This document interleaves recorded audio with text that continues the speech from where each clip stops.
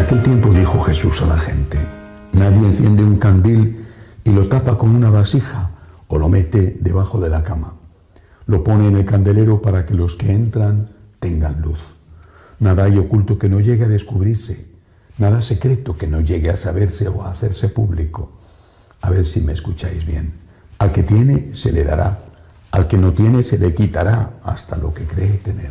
Palabra del Señor. Gloria a ti, Señor Jesús. Este Evangelio de San Lucas coincide con la fiesta de San Pío de Pietrelcina. Y efectivamente el Señor hizo en San Pío una gran obra que fue puesta para que todos tuvieran luz. Pero la vida de San Pío no fue nada fácil.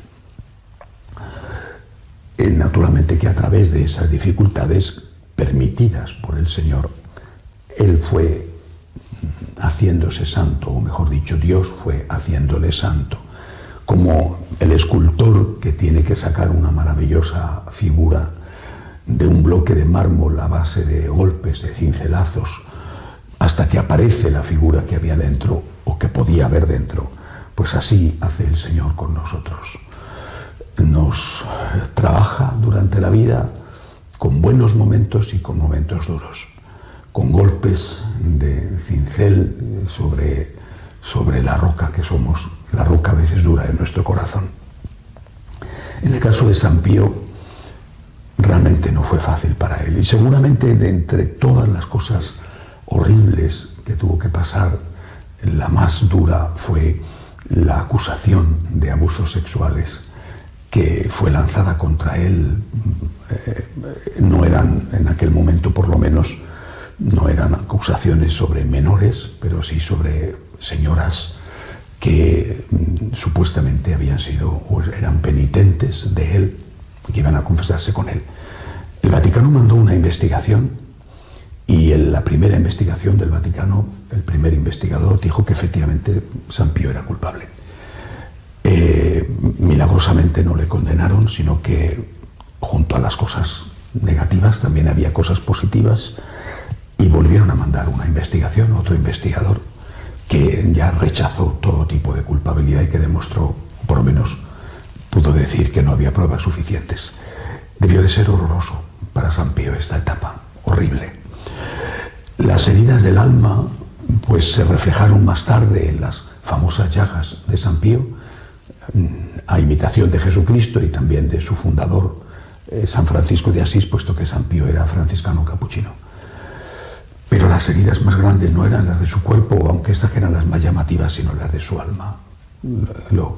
La situación horrorosa que debió de pasar durante el tiempo que duró aquello, y quizá para siempre.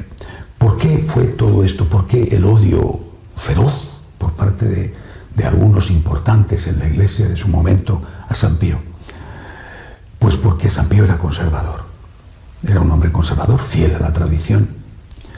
Creía en la necesidad de la confesión.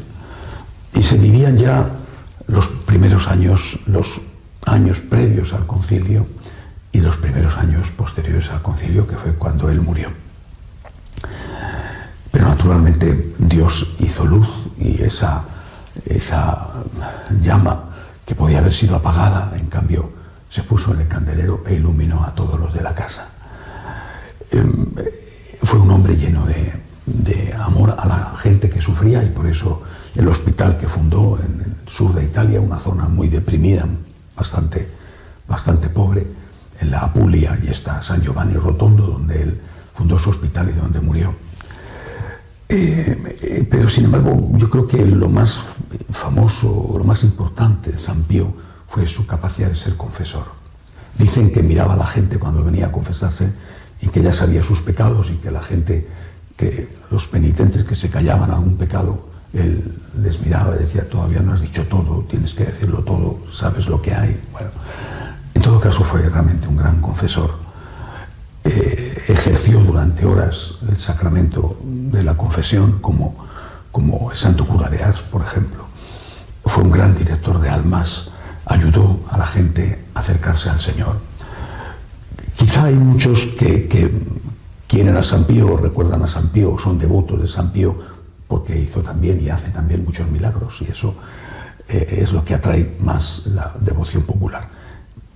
Los milagros siempre los hace el Señor, aunque sea a través o por intercesión de un santo o de la santa entre los santos, que es la Santísima Virgen. Lo más importante no son los milagros de San Pío, aunque los hace, a través de él el Señor los hace.